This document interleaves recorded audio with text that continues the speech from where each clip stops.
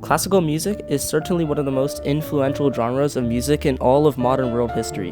The problem is, generalizing classical music all into one group would be frankly kind of dumb, because classical music spanned from the early 1600s all the way to the 1900s. This is why different periods or eras of music were made to classify the different styles, interpretations, and focuses in music.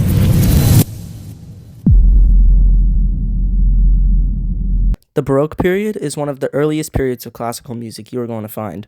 Some notable composers in this time period were Johann Sebastian Bach, famous for making many fugues, preludes, and overall very complex music; Antonio Vivaldi, famous for making the Four Seasons and basically nothing else; and Scarlatti, making some famous sonatas.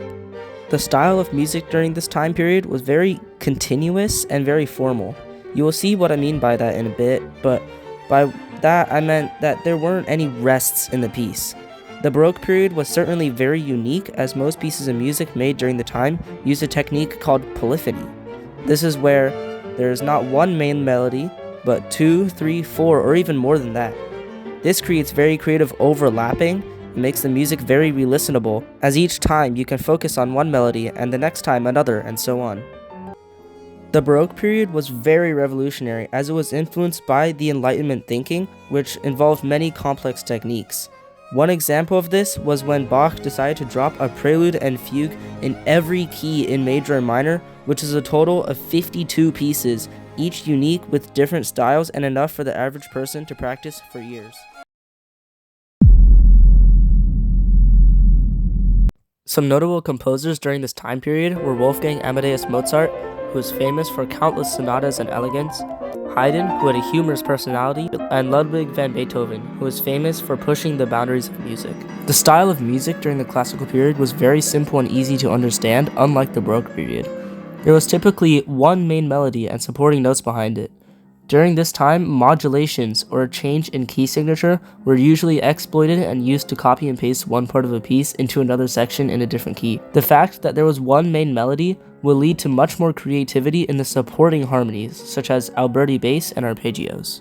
The early classical period was very representative of the noble class and their way of living, as most music made during the time was very fancy and elegant. Later, the classical period involved much more emotion and much more personal music, which led to the next era.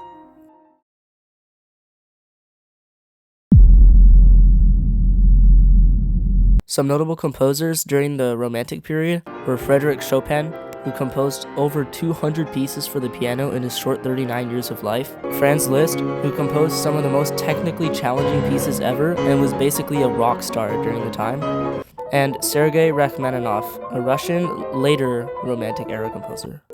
The style of this period is to this day the most musically complex music ever made.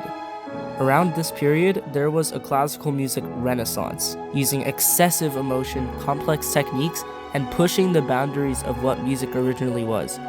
At this moment in time, I believe it was the absolute peak of music, ever.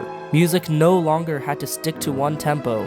Rubato, or the act of swaying the tempo to the emotion of the piece, played a huge role in this, making essentially an infinite amount of interpretations for every piece composed at the time.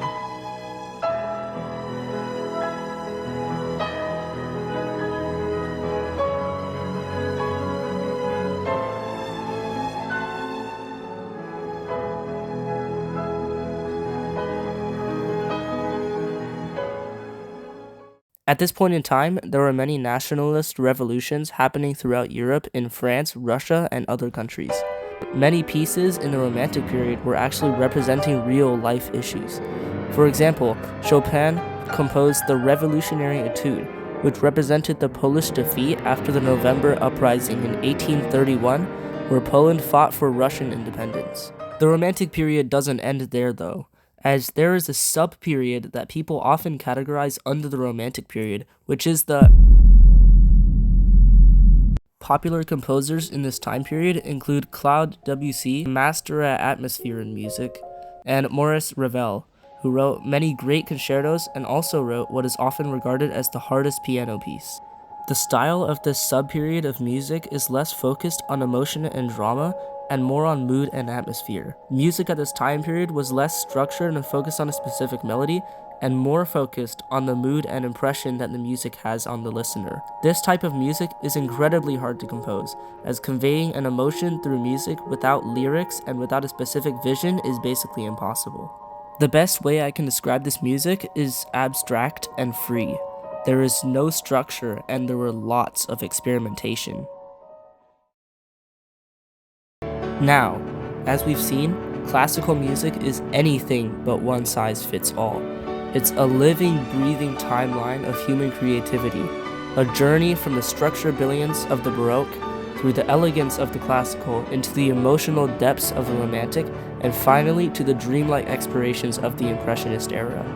Each period wasn't just a change in style, it was a reflection of its time, of its people, and of their hopes, fears, and dreams. From Bach's brilliance to Chopin's drama, composers poured their hearts out into not just notes, but centuries of stories, innovation, and passion wrapped into melody.